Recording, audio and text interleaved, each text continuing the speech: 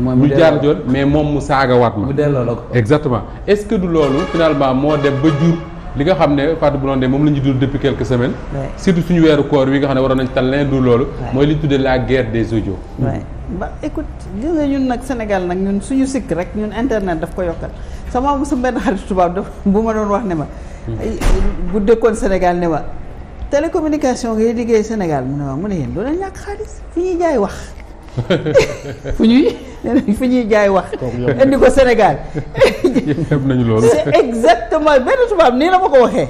mais c'est-à-dire que comme li ma wax rek c'est-à-dire daf la fay may yoon booy génne les bas instincts. loolu la.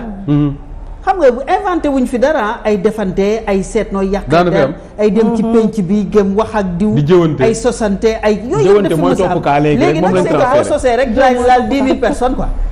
voilà donc le principe moom du lu bees. lii daf ko amplifier rek finalement. daf ko amplifier rek.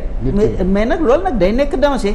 et puis quand même aussi man damay déglu des fois les policiers ak yooyu bu ñuy wax affaire sécurité bon c'est-à-dire tey jii.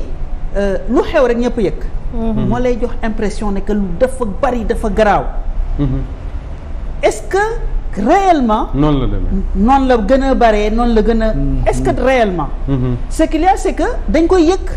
oui te bu njëkk daawuñu ko yëg. te njëkk daawuñu c'est comme les cas de viol. voilà wala infanticide yàgg na am ci suñu. suicide yi sax même suicide mais bu ñu demee bay porter plainte bu ñu demee ba di ko yëg bu ñu demee dafay mel ne nag fu ne la am. mais est-ce que réellement.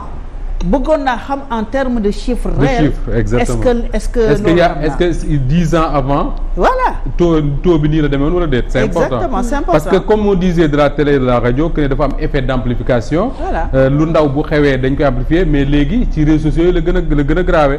parce que jëw yàq deru nit wax ko lu ñaaw.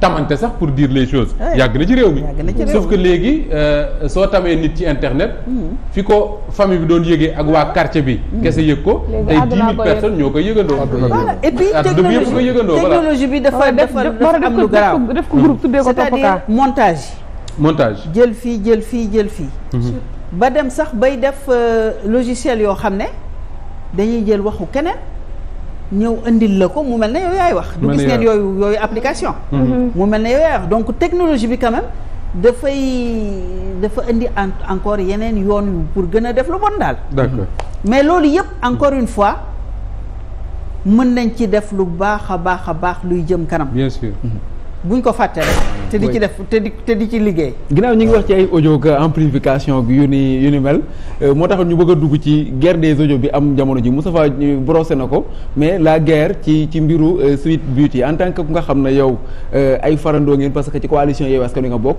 naka nga jàngatee dernier développement yi nga xam ne moom lañ ci jot a gis muy ay audio yu génn ak ñoo xam ne ñi ngi ciy wax ak yooyu.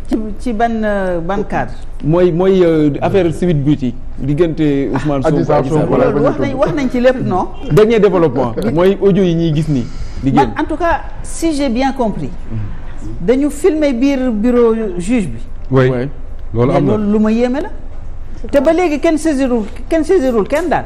ñu ngi doon xam avocat Ndeye Khady Ndiaye dinañ porter plainte loolu lañ doon annoncé en tout cas de gisuma kenn ku autosaisir ci loo xam ne loi tere na ko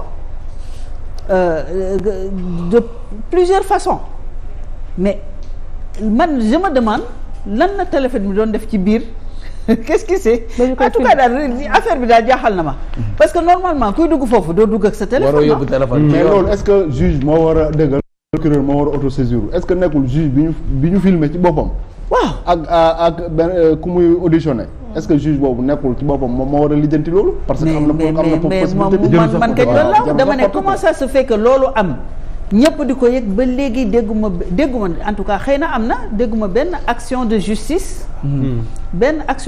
boo xam ne yëkkati nañ ko pour wax ci loolu ba ma ne bon à un moment sax dama ne boo demee encore ay rumeur la man Sénégal da ngay dégg man maa juge sax tiitaange ba may àndal bay tari téléphone. te ngaa bañ a wuy ji rek loolu laa wax di moom moo ma yéem di.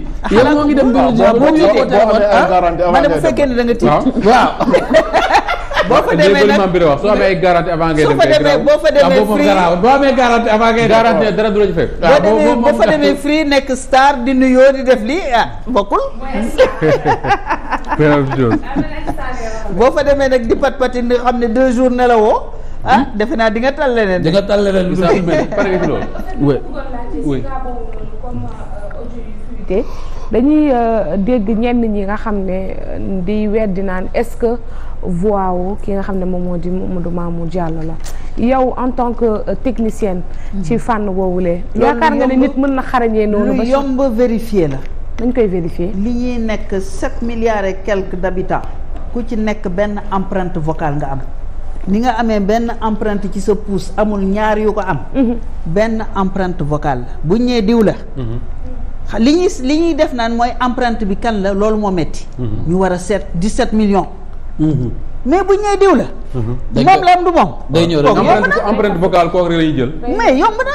yàlla xarañ dégg nga lim la wax. liñ toll yëpp kenn ku ci nekk benn empreinte. yàlla rek ko mën. benn empreinte digitale nga am. benn la la preuve c'est que bu dañuy utiliser suñu iris pour ubbi. ñun ñëpp liñ fi nekk yëpp ku ci nekk sa benn iris boo rombee ñu xam ne yow la. benn empreinte digitale. kon bokk sa sama la ak sa voix. c'est-à-dire que tey bu ñu ko defoon fii ci bunt bi su ma ñëwee xulli dugg bi tey ñëw xulli moom du dugg. du dugg. yàlla balaa kaay am ma jox la sa portable boo ko loolu kay sori na mu sama am ma jox la boo xoolee mu beeku te boo xoolee mu beeku loolu kay yomb na. loolu daal bu ku ko bëgg a vérifier ndax diw la am du diw. kooku moom matériel baa ngi fi.